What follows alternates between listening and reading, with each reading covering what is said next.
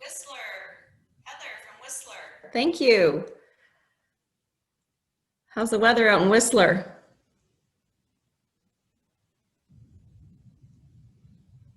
Smoky. Yeah, I heard. Do you still have warnings out?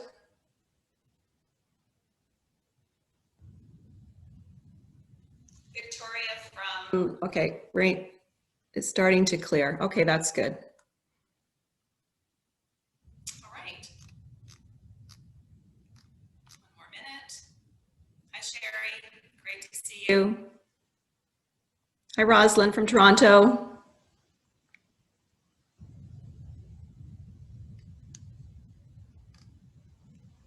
Glad to see you're all chatting. Please continue to chat throughout the session.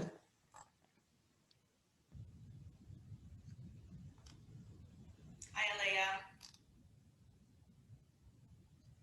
Okay. Well, it's great to see everybody Here today. I am going to encourage you to please continue to use the chat. I'm hoping everybody can hear me. I seem to have some technical issues last week, so if you are challenged to hear me, please let me know, and either Karen or Gary will. Loud and clear. Oh, good. Perfect. Okay, so welcome everybody to our last Words of Wisdom session. I can't believe, sorry, the last one. We started this in July, and now our summer is over with, and we're back to fall and back to work, as you would say. But I think we've all been working double time anyway, so it doesn't really matter.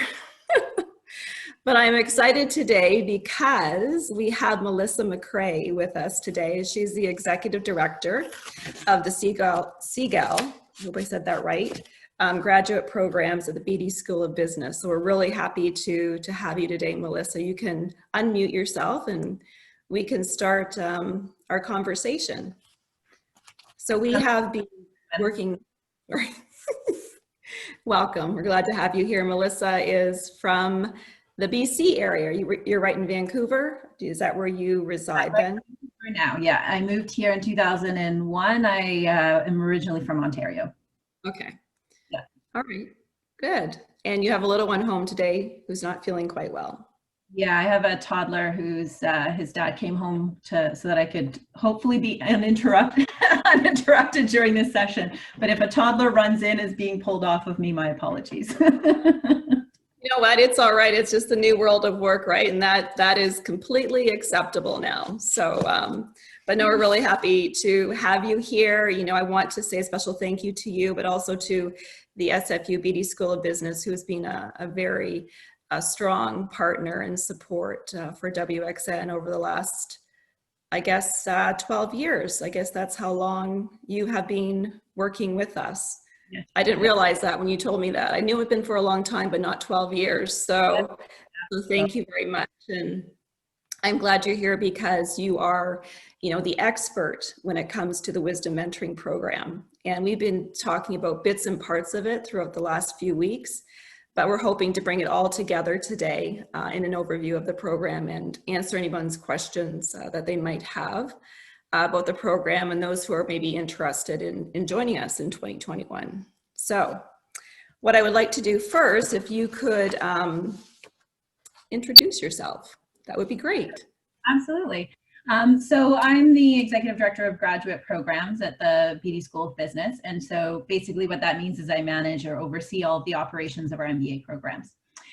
My background is quite varied in that I started off in telecom in the late 90s and sort of the boom and the bust and early 2000s, and I also worked in a web development organization for a number of years before moving to SFU. And I actually started working as a career coach, and I did that for about 5 years.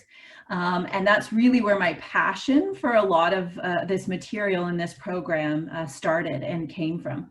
I've been in the role that I'm in now for 11 years, but I've continued to be involved in this program and continued to be involved in coaching and using strengths, the Gallup Strengths Finder assessment throughout. I teach in both the undergraduate and graduate program. My area of teaching is managing people in organizations and leadership. And my doctoral research, I'm working on my doctorate right now, is in the area of female leadership. Yeah. And right now I'm studying organizational change related to bias, and attempting to make change within the Beedie MBA programs, and watching and monitoring and looking for ways that we can help to have change around systemic bias that can occur in organizations. So I've always been interested in female leadership and barriers, but also ways that we overcome it, and ways that we sort of move through it. And Wow. so this program has always been sort of a passion of mine, and just something where I can see so much impact for all the participants. All right, I didn't realize you're working on your doctorate. When are you doing that? In your spare time? Right? Oh my goodness, you have a little one at home and you have a full-time job and you're working on your... I've been working on it for a long time. So. Okay. Well, congratulations. Very exciting. Yeah. For you. Well, thank you, Melissa. I really appreciate you being here today. And, you know, throughout this whole thing, you know, we all need support. We all need someone who has our back and who can help us figure out our challenges. And that's part of what having a mentor is all about. And that's part of why we are so passionate about the Wisdom Mentoring Program, because it truly is a launch pad for your future and on your personal and your professional level as well. So I'm really excited to get started. But before we get started, I have a fun little poll, and I'd like the audience to participate in this poll. So before you pull it up, you know, we talk about the summer and, you know, how our lives have changed so much over the last few months, and working from home, and, you know, having dogs and children and family, and, you know, trying to have meetings, and, you know, your husband walks behind you in his underwear, and, you know, all those things. I saw some commercials like that was hilarious. But anyways, trying to find and you know, your internet's cutting off, and trying to find a spot to talk, you know, it's just such a new world, but everybody is so accepting of it. And I also noted that, you know, because we are working from home, you know, a lot of us are in a lot of casual wear these days. And I made a point to dress up today. So I even have a necklace on, which I haven't had this necklace on in months, and matching earrings. See, and a necklace and rings. So my question is, but you can't see the rest of me. So Gary, do you want to pull the question? Because I want the audience to tell me how they're going with doing their business. So fall as a time for back to business. Summer is over, even though most of us are working from home. The question is, how many of us are still sporting casual and comfy wear, and how many are dressed up for business during your business meetings? I'm curious to know.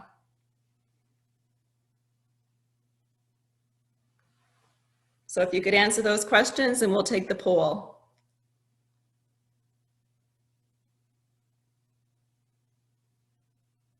And then Gary will bring up the results.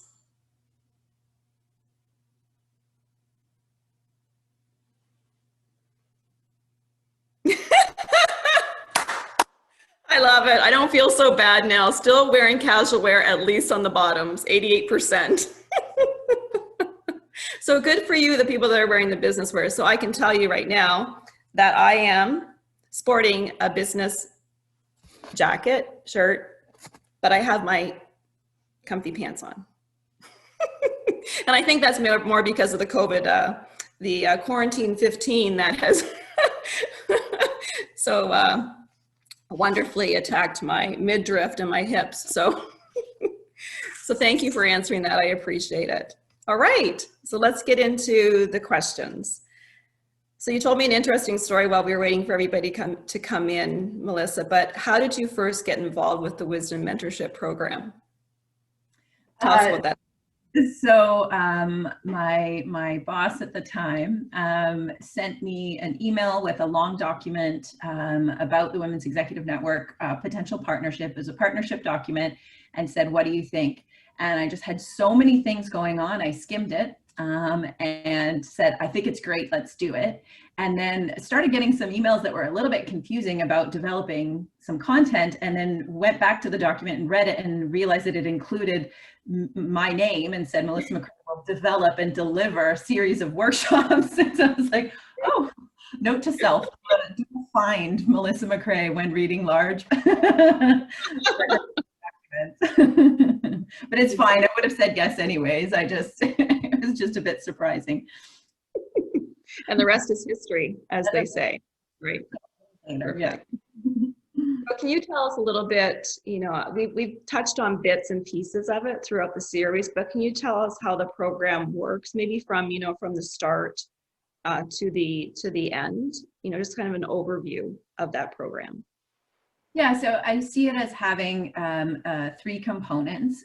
So one piece is obviously the conversations that you have with your mentor. And so the one-on-one meetings that you have throughout the year. And those can be very focused on, things that are happening in your career and where you want to go. And they can also be things that are more, timely around issues and challenges that you're dealing with. So I see that as sort of one piece. The second piece, which I think is very parallel to those conversations, is the workshop, so the in-class sessions. And so in those sessions, we're going through and dealing with a lot of topics related to your career, and helping you to sort of think through where it is you want to go, and not just simplistically, but with a whole series of activities and workshops around, what's worked in the past and what hasn't. Who are you? What motivates you? What excites you?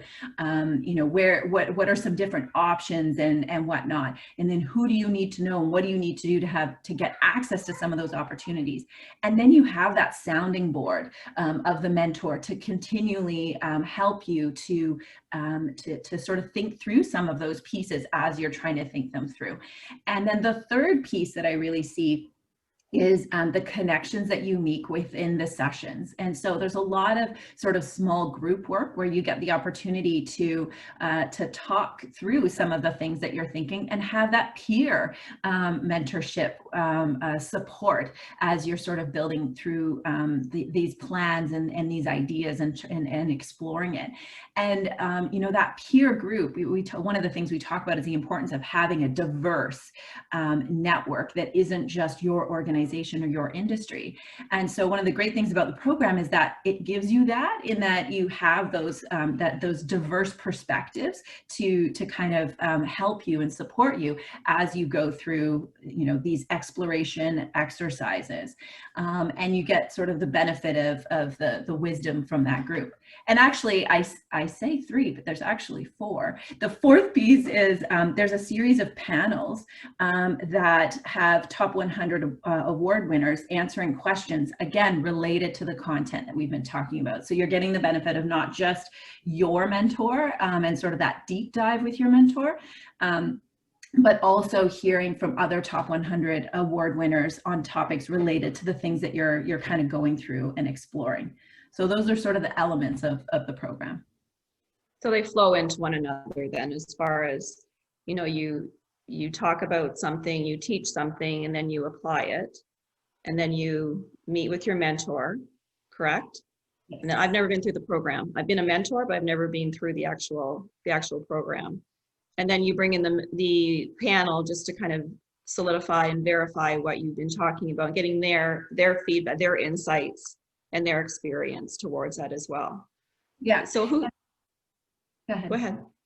And the diversity of the perspective. So you're not only just working through it yourself, but then you have this, sort of diverse group that is helping you on the peer level. Then you have your mentor, sort of exploring deeper, and then you get different ideas and different sort of advice from the broader panels, and they all tie into the same content. And in the end, it's sort of this sort of process where you're, I think of it like percolate and pour. What I love is at the end of the program, there's sort of a I can't get the word out. Solidification? Thank you. Thank you. Of the material as you go through all of the pieces and you're pondering and you're pondering. And I always say you're writing this stuff down in pencil because it changes. And as you gather more information, you have different sort of activities that you're trying to do on the side, and people that really know you well answering some questions about you as well. And then when you get to the end, it all kind of comes together and makes sense. And so it's gathering information from all those different perspectives, reflecting, and talking through some of these pieces to help you figure things out. And I think the important thing is that it's not, you know, coming up with a plan and then that plan is written in pen and that's what you're going to do, because that's completely unrealistic. The idea is to think about it so that when opportunities come up, you know how to assess them, because you've taken the time to think through, you know, what you need to do in order to get to where you want to get. And then also just to have an idea of what those types of opportunities that are good look like for you, because it's also individual. And it also gives you the opportunity to put it out there to people and to ask questions and volunteer for projects and whatnot that that align you with where you want to go. And I think of it as it's very, very rare that you have the opportunity to just think about yourself and where you want to go. And so it's a really important exercise, not to do just once, but to do throughout your life. But the program gives you sort of that foundation. So you take that time to sort of explore these pieces over the course of the program, and then it's easier to kind of come back to it year over year over year and just sort of tweak and hone some of those pieces. That's great. Yeah, can you give us a little bit, just a little bit more detail on like the content of some of the curriculum? Yeah, so it's so 3 separate pieces. So the first piece is really about career direction. So where do you want to go? And so in order to come up with some ideas around that, it's looking to the past to see what worked and what didn't work, considering what motivates you, what excites you, what gets you up in the morning, using the Strengths Finder assessment from Gallup as a way to understand that unique value that you offer to an organization, and what sort of those big parts of you are, thinking through different options and opportunities that you may want to consider, and what will it take to get there. So it's kind of thinking going forward, going backwards, and sort of working out what that might look like. The second chunk or piece is around really how we manage relationships. So it's how we build new relationships, how we manage existing relationships, how we connect and then stay reconnected with people in our network that will help us to gain access to those opportunities. And we talk through things like challenging relationships, difficult conversations, getting feedback, and then being able to use feedback. And I think most importantly, receiving feedback in a way that will have that feedback continually coming from various individuals. And so that sort of day is kind of focused around the relationship side of things. And we tie that back in as well to Strengths Finder in terms of the different types of people and how they approach things, and who do you potentially want to partner with because they have strengths in areas that you don't.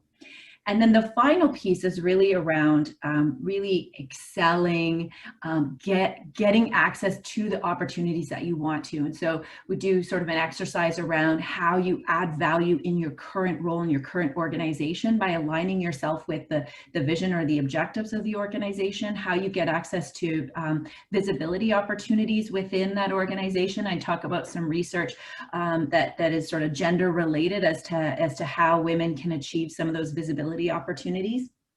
And then talk about confidence, and then leadership and followership. And so followership is sort of a very important other side of leadership. And we talk about how you can be a good follower to your leader as a way to be able to move through your career in the way that you want to, but then also how you foster good followership in those that you lead. So that piece is kind of really tying things together. And we come back to the career plan from the first session, because then you've had the benefit of the rest of the program of thinking through all of those pieces, conversations with your mentor various panels and research to kind of figure out and sort of tie everything together at the end. You come back to the end then. You look at your career, what you planned at the very beginning, and kind of bring it into focus at the end to look at your journey through that year. Exactly. Yeah, great. I like how that's tied together. Can you tell us a little bit about the Strengths Finder? I know a lot of people were interested in that and how that works. And I haven't taken mine in years, and I assume you would change. It would change over the course of your. Does it? I'm just curious if that changes at all. Yeah, it can, especially sort of the top 10. There can be movement in and around the top 10, especially if you go through something big in your life and your career. Like COVID? But yeah, I wonder how many people have adaptability themes start to move up. Resilient? Yeah, exactly. Sorry. Yeah, so how does it work? Like, how does it, what do they do? What do they have to do to find other strengths? Yeah, so it's an assessment that was developed by Gallup after research involving millions of interviews with people who were excellent at what they did. So it's comes out of positive psychology. So the idea being, instead of studying what's wrong with people, let's study what's right with people. So people that are happy, successful, how did they get there? And one thing that they found is that people who are happy, successful, fulfilled across all different areas, not just business, but lots of different areas, is they're using their strengths. They know what they're great at, and they're doing more of that. And then they partner with people who are strong in the areas that they're not. So they don't try to make themselves perfect superhuman, but they recognize, here's the value that I add. This is my unique contribution. And so they look for roles and opportunities that allow them to do more of those things. And then people to partner with that make up for the areas that they're not as strong. And then as well, just understanding how that relates to other people. There's different ways that we make decisions, different ways that we approach problems, different ways that we approach relationships and communication, the different ways that we think. And that kind of all comes sort of together in understanding people as a whole, and then very importantly, yourself. And so it's really helpful to understand it from a work perspective, from a personal perspective. It helps you to make decisions about where you want to go and where you want to take your career. Sometimes makes you realize why things haven't worked in the past, that you don't quite understand why is it that I don't do this well, or I don't like this, and it sort of gives you permission to be yourself and to be who you are, and to recognize that you really do have great value to offer an organization and other people, and it's just about finding out what that is and figuring out where you can do that.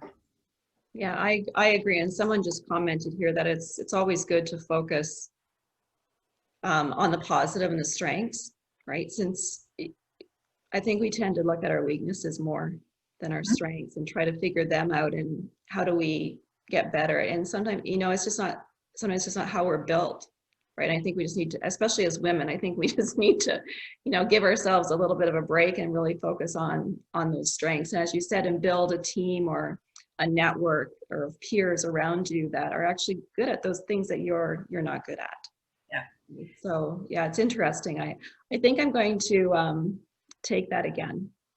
Yeah, you should. That assessment, just to see how it's changed, or how I've changed over the years, which I'm sure we all do, right? So that's interesting. Thank you. Mm-hmm. So who can join the Wisdom Mentoring Program as a mentee? So, over the years, I have seen a full diversity of individuals, from, entrepreneurs to people who are working in small organizations, large organizations, across all industries and across all levels. So the answer is really everyone and anyone. And I think it would be somebody who, I think the most important piece is somebody who is open. So open to receiving advice from somebody who has, been in a senior leadership role. So I've seen it where people are very, very senior. I remember there was somebody in a very large organization that was being groomed for the COO position and just about to move into that. And yet, regardless, it was just such an openness that I saw in wanting to hear from so many different people and all their different ideas, and to be able to have that experience of the mentorship relationship. And so it's really anybody. It's I would say if you want to sort of take a little bit of time to think about yourself, where you are, where you want to go, and how you can kind of get there and get some advice and feedback from, you know, lots of different people, then it's a really good opportunity. And I think it's a good time to do it. One of the things I've been really noticing in this time is that isolation, and that feeling of isolation. And I think it's more so for people who don't have opportunities to connect with lots of different people. And so I think it's a really good time to do it as well. It's a good time for reflection.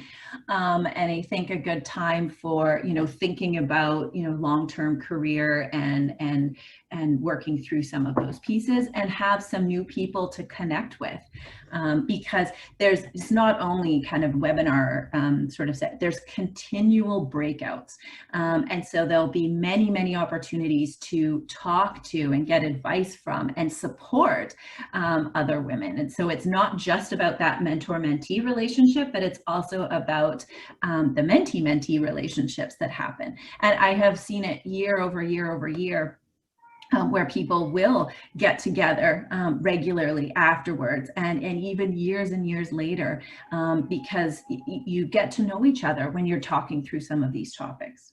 Yeah, absolutely. And even the mentors and the mentees, I've seen where they continue on as well for years and years.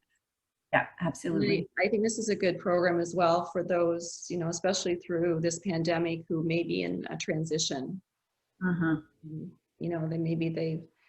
You know, they've lost their job, or, you know, they're rethinking their life in general, and, you know, maybe they don't like where they're at, you know, and they're thinking, you know, that life is, you know, if anything has taught us, you know, life is short and life is precious. So there's an opportunity there to rediscover, you know, a new path for yourself potentially.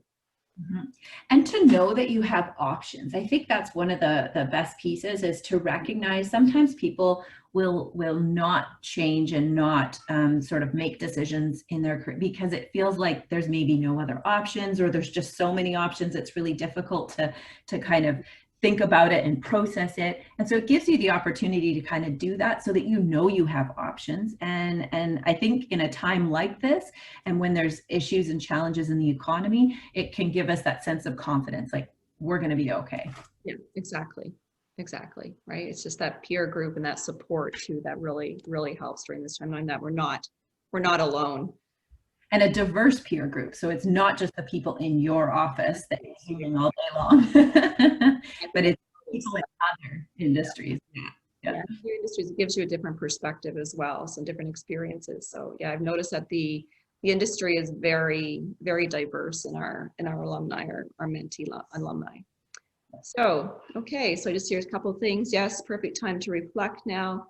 Yes, we are all resourceful. Yes, we are, Rosalind. Thank you very much. We appreciate your feedback there. Okay. Can you talk about some of the aha moments or proudest moments that you can remember from people who have been through the program? Yeah, so, well, I would say certainly when I hear back from people a year, 2 years, or in one case, there was even somebody who connected back in 6 years and said, I did it. I made that change that I had been working towards. And I remember hearing her story and sort of talking through some of the challenges and whatnot. And so to me, that's the most rewarding side, is hearing that there was specific things that happened because she'd worked through those various steps and then kind of made it to that.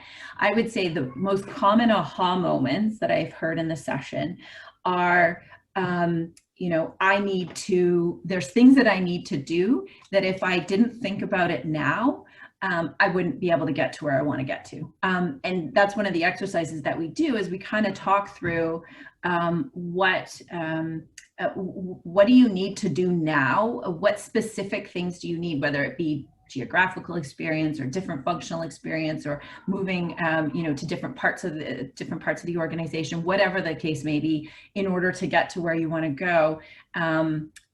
People, you know, I often hear people say, if I hadn't thought about it and started to do some of those things, then I wouldn't have been able to move myself on that path. The other kind of bucket of aha moments is around the strengths. Oh, that's why that's why I love doing this thing, and that's why that other thing didn't work.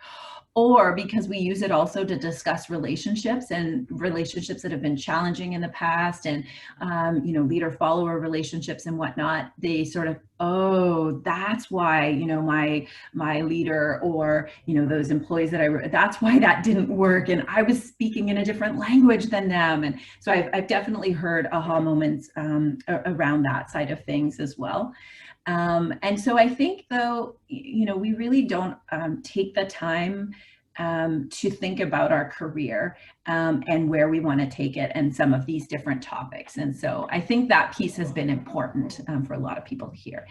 And I think the other one is that, you know, there's research around the visibility opportunities and who's typically chosen for visibility opportunities and how we can kind of come forward for those, that I have found that a lot of people have circled back to me and said, I asked for this and I got it, and they gave me this project, and I think that's going to be really great for my career and that type of thing. So how we ask for those opportunities has been another aha.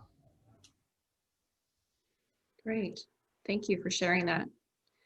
I just want to make sure everybody can still hear me. It's telling me that my internet is unstable. So You can hear me, Sherri. Okay, good. Thank you very much. Thank you, Sherri. Thank you, Susan. Thank you, Karen. Good. A little paranoid now because of the last week.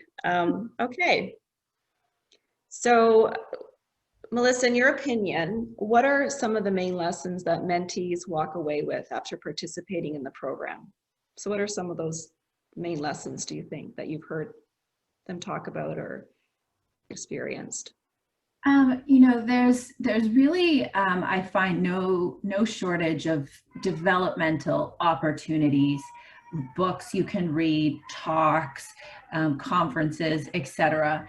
And I think but the more that we read and the more that we listen, the more that it helps to solidify things that we're seeing in our day and in our week, and allows us to reflect on how we want to move forward. And so I would say another key thing that people will sort of learn is identifying some of those things as they see them kind of moving forward and through their career. So being able to kind of spot things, or just that ability to reflect and to hear different people's perspectives on what they tried and what worked, I think is a big piece that they gain.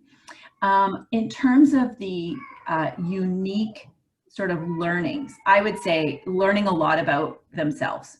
And that might sound, you know, like, well, it's themselves. Of course they know themselves, but often we don't take the time to really reflect on ourselves.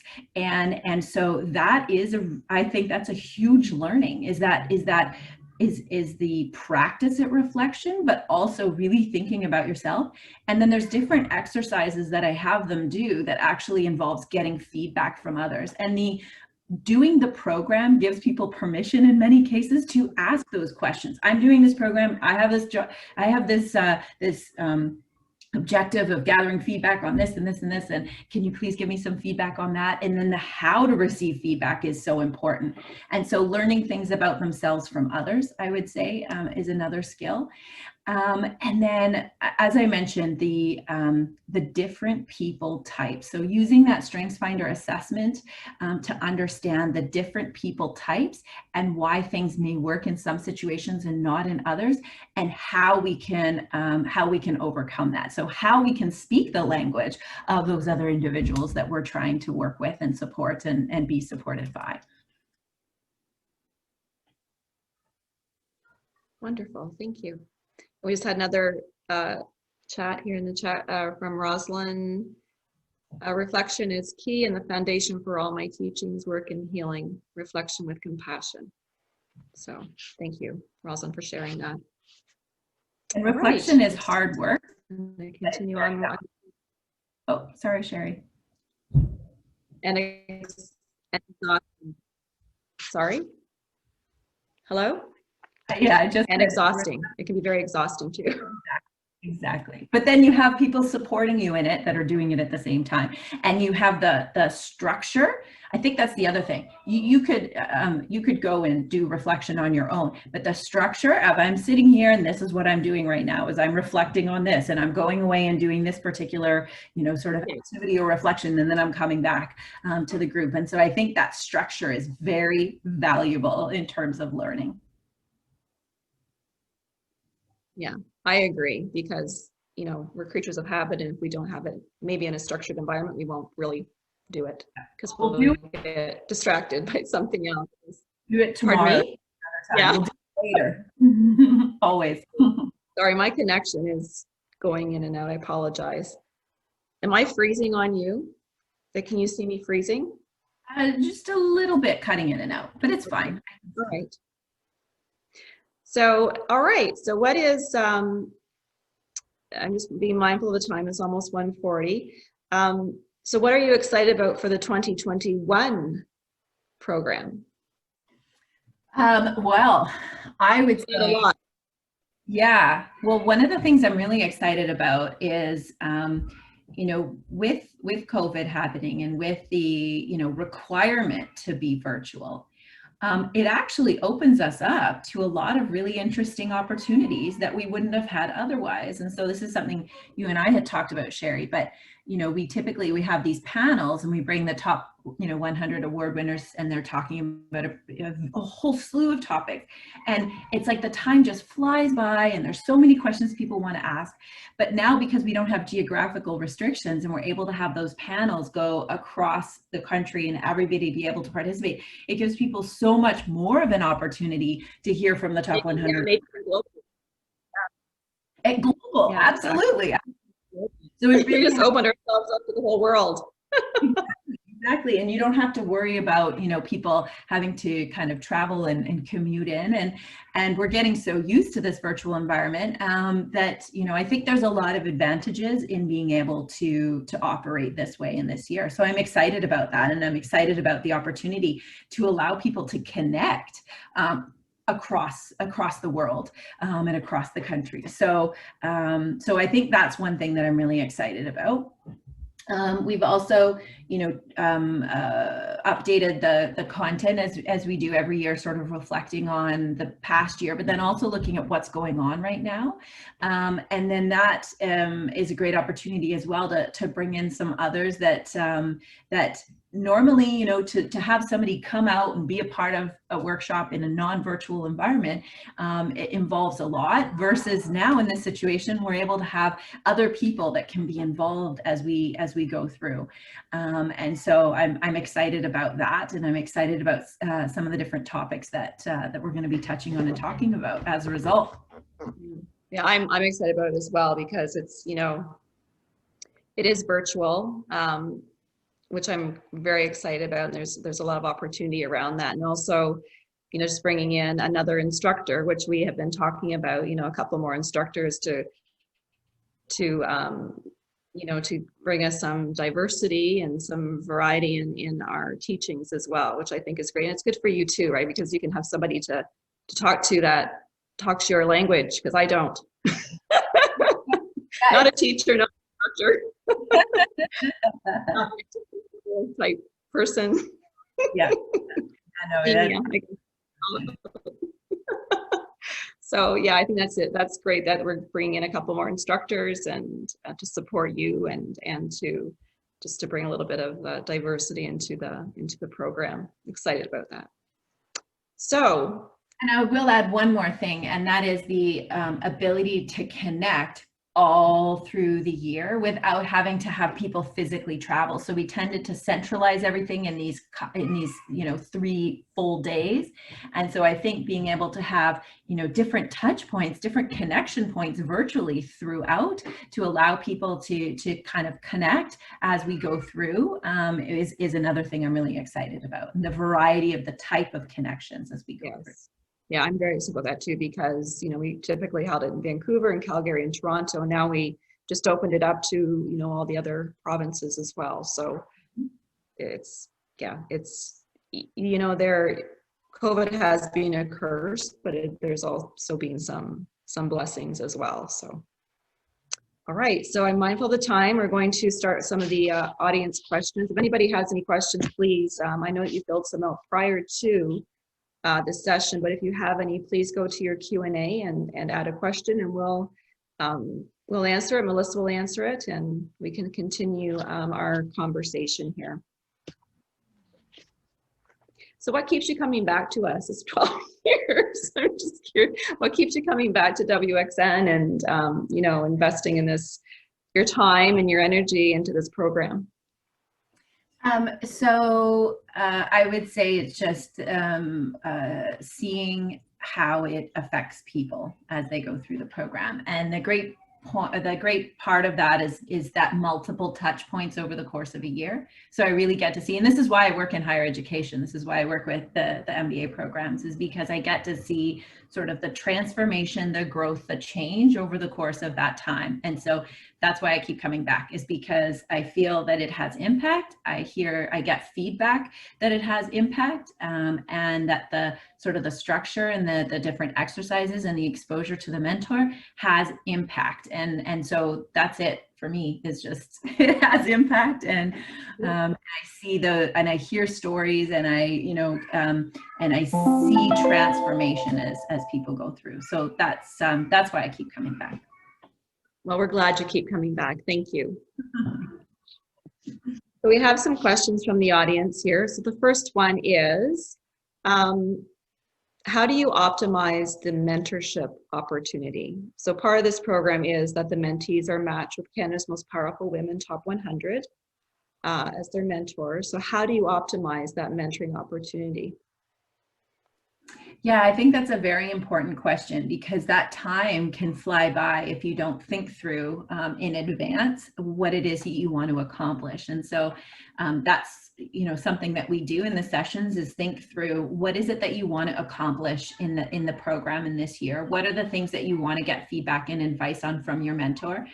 And then having a structure for each of those conversations that you, of course, edit and modify as you go through the program, but of what is it that you want to get out of that opportunity, rather than just sort of walking in and winging it. And then, of course, if there's things that are really timely, things that are going on, or if the conversation goes in a different direction, then that's fine. I think it's good to have structure with flexibility in mind, so that you're able to, you don't kind of leave going, oh, I should have asked this, I should have asked this, I should have asked this. So really just keeping track of what it is that you want to ask. And then after that, taking notes of what you heard, because sometimes things fly by. Another advantage of the virtual is it'll allow you to sort of take notes as well, which people don't always do when they're in person. And then thinking about, what do I want to talk about next time? And again, the structure of the program has you doing that. So the mentee leads that conversation then, Yes. and prepares and has plans for that, not the mentor, the mentee does. And I participated in the program and had a mentor. I think it was in maybe my 3rd year, because I realized, actually, I should probably do that side of it too, so that I can kind of get a sense of what are some of the things that can make it really successful, and then also what are the things that can kind of prevent that from happening. And so that opportunity really helped me to sort of realize, okay, you need to do this, you need to do this, you need to do this. So what are some of the things that make it successful based on your experience? Knowing in advance what it is that you want to talk about, and making sure that you're kind of prepared, and that right before the meeting you take some time to sort of look back and think things through. Having visuals that you can provide, so whether it be sort of kind of the career map that we do, or any of the different exercises or activities that can just provide sort of a visual of here's what I'm thinking, and here's why, what do you think about this, and what was really important for you in getting to where you are. Or it's so individual to the person as to what is most important to them right now in their life, and given the direction that they want to take. Okay. Thank you. I just see some questions pop in here from the audience.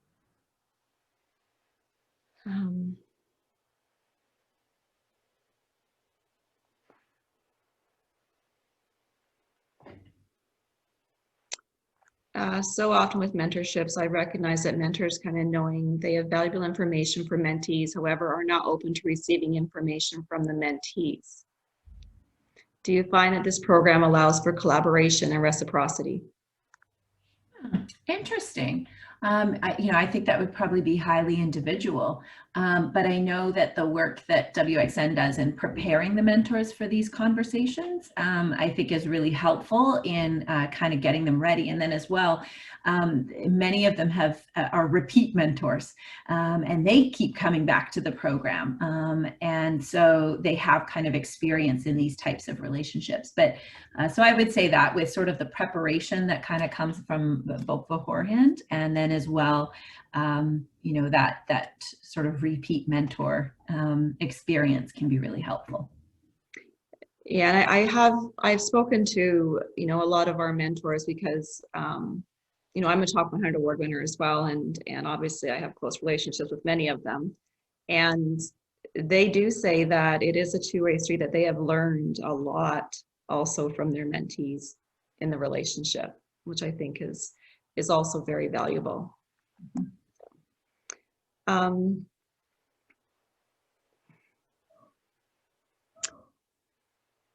Someone's from Sherri. As the program keeps evolving, do you have previous mentees apply to have various mentors?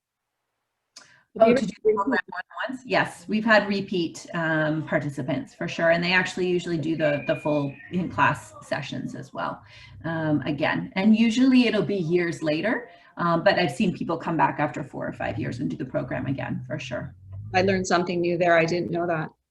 That's great. Yeah. I'm a newbie though at this, so. I've only been doing it for 5 years, so here we go. All right.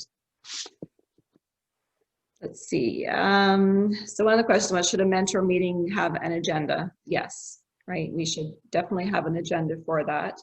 With flexibility, because you never know where things are going to go. And if you keep trying to kind of go back to that list of questions, it could stop some potential really interesting learnings. So I would say, usually I say have enough for the whole meeting, but have it prioritized such that you have enough that you really want to cover, that would cover half of the meeting. And then that way you give yourself the ability to kind of go off on different paths and talk about things or dig into things more.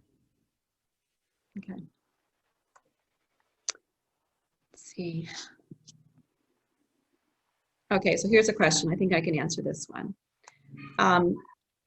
I always wanted a mentor, especially a woman, but did not know where to start. You're at the right place. You can start with WXN and the Wisdom Mentoring Program. That would be a perfect place to start.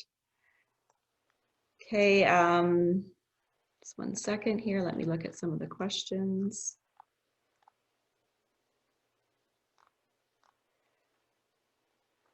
I realize from Olani, I hope I got that right, Olani. I realize women require strong mentoring structure and ecosystems that they feel comfortable to grow through. So what programs would be available for women of color or Black women entrepreneurs? This program would be good as well. We have many diverse women that participate in this program. Alumni. So, I mean, I would recommend that if you're interested in the program, please reach out to us and we can help you. As I say, it's diverse in industry, it's diverse in ethnicity, culture. It's also, diverse as far as entrepreneurs, right? And emerging leaders, like you said, as senior executives as well. So it's a good program for you as well. Okay, does anybody else have any, oops, wait a minute, I think I see another question come through. Olu, okay. Thank you, that's better. Olu for sure. Thank you so much for that question. I appreciate it. All right, so I'm gonna look at the time here. We're 1:53. I have a question. Does anybody else have any more questions for Melissa? Or are we, I think she gave a really great overview of the program. Thank you so much. It's really great, and it is a good program, and I would ask anybody to, you know, if you're interested in it, please reach out to us. You know, it is virtual. It is a year-long program. It runs from January, which is National Mentoring Month, by the way. So it launches in January 2021, goes to December. So it's packed full of learning opportunities, networking, just, you know, connecting with your mentors and also building your network. So it's a great program. And right now it's on for $900. Just want to let you know that, and there is a payment plan. And if you want to do it on your own, or if you want to encourage your organization to maybe sponsor you for this program, you could do that as well. So I do have a question. We ask it at every Words of Wisdom so far, and it's rapid fire questions. And I'd like the audience, the participants, to please participate if you can, because we do have some time here.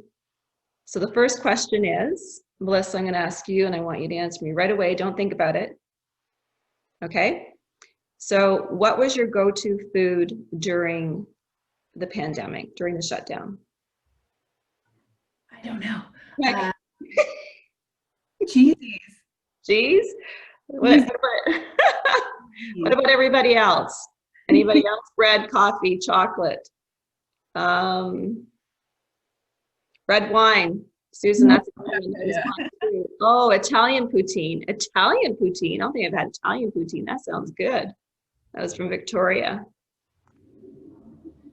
Hey, Victoria, yours has changed because I know it was bread initially. Coffee and a sweet. Okay, cookies. Perfect. Okay, second question to you and the, oh, McDonald's. Me too.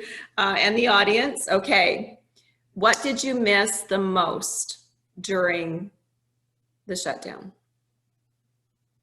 Pedicure. Pedicure. Okay. People. I missed hugs. Oh. I really am a hugger. I really missed hugs. Yeah. Hugs of my friends. Food tours, hugs. Family and friends. That's from Karen. Her family is in Lebanon. So I feel, yeah, my heart goes out to Karen. She's one of our WXN team members. She works very closely with us, and hugs and chatting with one-on-one. Okay, thank you, everybody. Okay, and the last question is, if you, because I think one thing I miss too is the freedom. Like I still miss that, the freedom just to go wherever you want without having to worry, you know, about a mask or social distancing or anything like that. I miss those freedoms, even traveling across the border. We have a business in the US and I can't really get there right now. So, so the next question is more around that. So if you could travel anywhere in the world right now, where would it be and why? Well, that's easy. I would go back to Ontario and see family. We haven't been back since November when I did the WXN sessions in Toronto. And so I want to take my son and my husband and go to Ontario. And we talked about getting a camper and just driving across the country, but that's where I would go without a doubt. Yeah, see, all of our family is there. So that's where I would go. Yeah, it's changed a lot, eh? Yeah, miss them so much. Too far away. So let's see, Costa Rica to surf. Visit my new granddaughter in California, born on March the 11th. Aw. Paris, oh, love to go to Paris. I'd love to go back there. Paris and farms outside of Paris and the villages. Yes, the villages are beautiful. Anywhere, just travel for vacations and just go anywhere. Don't care. Oh, Sherri, she's supposed to be in Seville, Spain this week. Oh, I'm sorry, Sherri. So I'd like to be there. Well, hopefully down the road when things get better, you'll be able to travel off to Seville, Spain. Very nice. Anyways, well, thank you, Melissa. That's my 3 rapid fire questions. You did an amazing job answering them. My pleasure. Thank you again. I appreciate it. I'm looking forward to working with you again in 2021. And please be safe, watch the fires and the air quality out there, and watch your little one today if he's not feeling too well. But thank you. I really appreciate you and everything that the Beedie School of Business has done for WXN. Thank you. Thank you so much. All right. If everyone could just stay on. Thank you. I just have a few more things to review with you.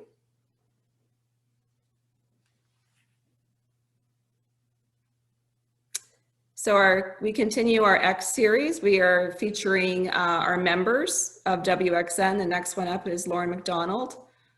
Lauren is a human rights lawyer and founder and CEO of HereView Inc. Please read her story as our blog comes out. I think this came out this week, and it should be on our website. If you're a member, you'll be able to access her story.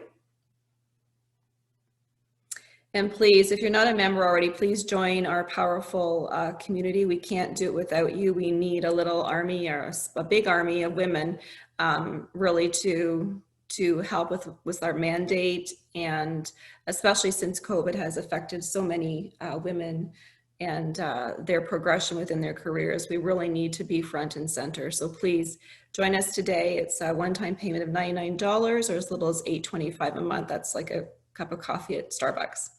So thank you. Please join us. These are some of our wisdom mentors for 2021. Of course, we have over 1,200 top 100 award winners, but these are 4 that we're featuring that will be participating in the 2021 Wisdom Program. And then you can connect with us on social, as always.